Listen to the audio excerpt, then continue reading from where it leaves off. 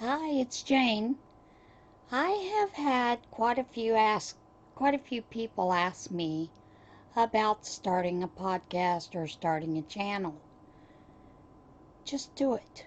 Um, when I first started a channel, all I had was my computer here, and I knew some things I needed to do were to turn the volume up when I spoke because I have a raspy voice due to a paralyzed vocal cord. But other than that, I knew I eventually wanted to get a microphone. Got the microphone, it helped a lot with that. Microphones can come with USBs. You can plug into your computer to help boost your sound. That's generally the first issue when you're first podcasting. Lighting can be another one. I don't have the lights that I occasionally have on, only because it's a little brighter today and it would really wash me out. But the cheapest lighting that you can get, besides a lamp, a floor lamp, placed in front of you, is one of these clamp lights. These clamp lights cost about $6, $7. You find them generally. Now, I found this with the automotive stuff at Walmart, but lots of times they're over with just lighting, um, extension cords, those kind of things. It has a nice clamp. You can clamp onto something in front of you, a pole, um, a chair in front of you, and then you can position the light. And then, of course, when you turn it on, you've got a brighter light depending on what kind of light you use. This is an LED daylight light in here. So when I need to use it, it's really bright. We have no lighting in this living room other than my lamp that is right here behind me and the windows here and the door.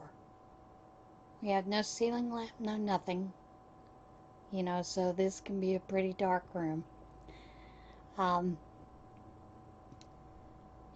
and, just practice. The first couple of times, I think YouTube limits you to 15 minutes worth of video time. And once, you've had the 15 minutes and everything's kosher, you haven't, borrowed, stolen music and used it copyright music, or had small naked children in your video, things like that. Um, Generally, you're then approved to do longer videos, and then you can start doing videos that are longer than 15 minutes. Now, if you've done videos around your home, those kind of things, you know, and you've already put them on YouTube many times, that's all you need to do. I know a lot of people just use their phones. The only thing I would suggest is instead of having your phone this position when you're filming, film this way. When you do the landscape, it fills the screen up. Otherwise, you're just going to get that narrow band that shows up when you actually upload to YouTube. They do have microphones that will plug into these. They also have ring lights that you can attach to these that are, I want to say I saw them as low as $7, maybe $10. They just clamp on to your phone, and that gives you enough light to film. They consider those like makeup lights to apply makeup for YouTube, but they work fine.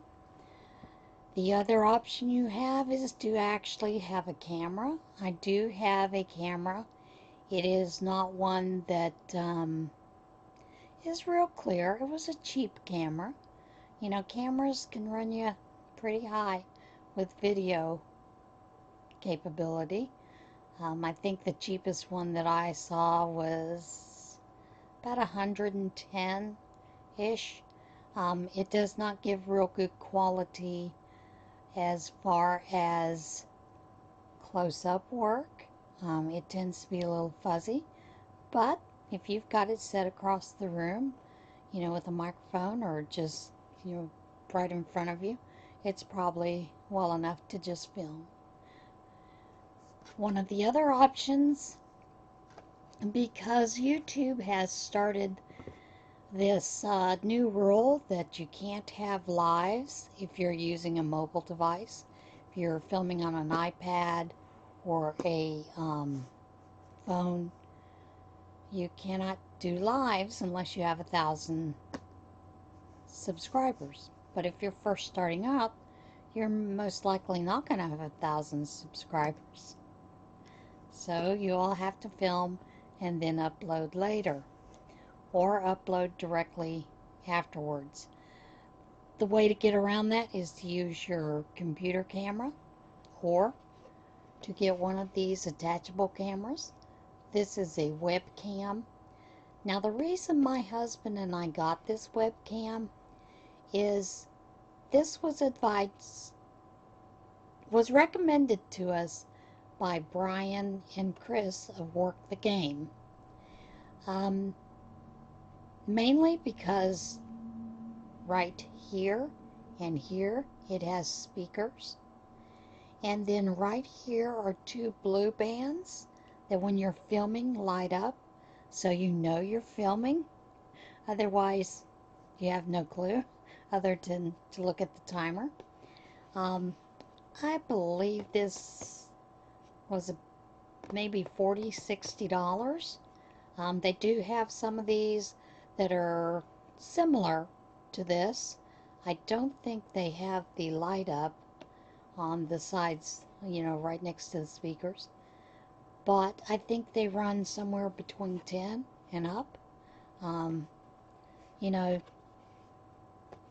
It's not real expensive, but sometimes it's cost prohibitive when you're first starting.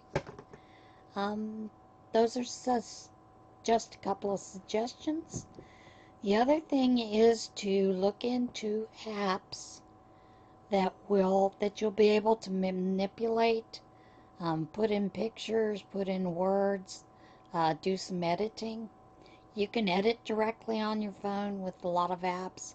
You can edit on your iPad, same way.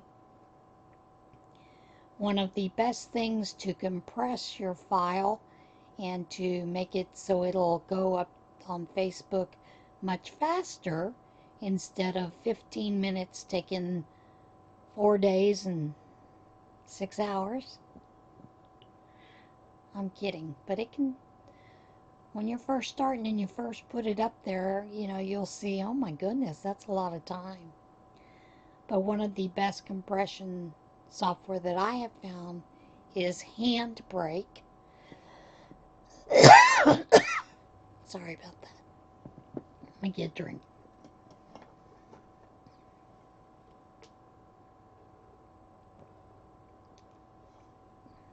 Allergies, lovely this time of year. But Handbrake is spelled Handbrake.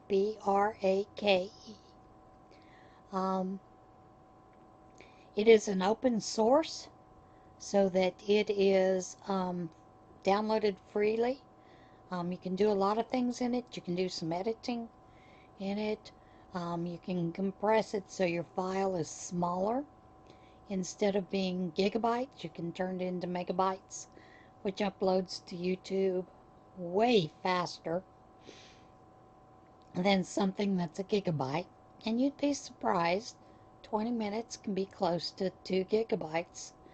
Not always, but sometimes it is, because of whatever you're filming is very intense. So, yeah, those are some things that I would start out with. Those things I have started out with. They've worked well for me. And the only other thing is go for it. Realize that you are going to be nervous at first. It gets easier with time. If you get the giggles, go with it. It's no big deal. You know, the people that are your subscribers may find that endearing. They may not. They may think you will laugh like a witch and tell you not to laugh out loud on camera. But the main thing is to go out, enjoy yourself, do something that you want to promote on your channel. I love crochet, knitting, sewing, those kind of things. So that's what I do. Um, you know, my husband and his friends, they play some of the Square Enix games, Final Fantasy. So that is their little niche.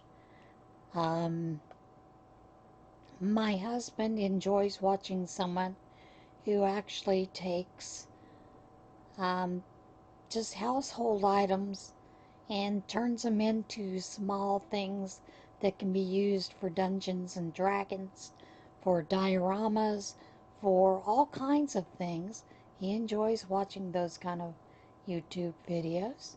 There are music videos, you know, up and coming stars want to get across, and sometimes that's how they get a following. There are reading videos. There's just all kinds of videos, cross stitch, you name it. There's a little bit of everything. Do what you want. Enjoy your time on your camera and with your videos, and just do it. I think the hardest part was choosing a name. I had thought about a lot of different things. The reason I chose Scraptastic Yarns is because I love yarns. I think scraps are just fine to be working with, and I don't mind getting them. They are scraptastic. So, just find your little niche, go for it, enjoy filming, share whatever you want. Don't get a little too graphic. YouTube will give you a ding. So, look into it, look into YouTube, see what they have for rules, and yeah, just do it. You're more than welcome to join the YouTube community. It's a great community. There is a lot of positivity in it. There is some negativity in it. But it's like Crystal says, you can't let them steal your joy. Block and delete them. Move on. Okay, just a little something for those that have been asking me about it. I thought I would put it out there, and maybe this will give you a beginning idea of how to get started, and just go for it. All right, see you soon.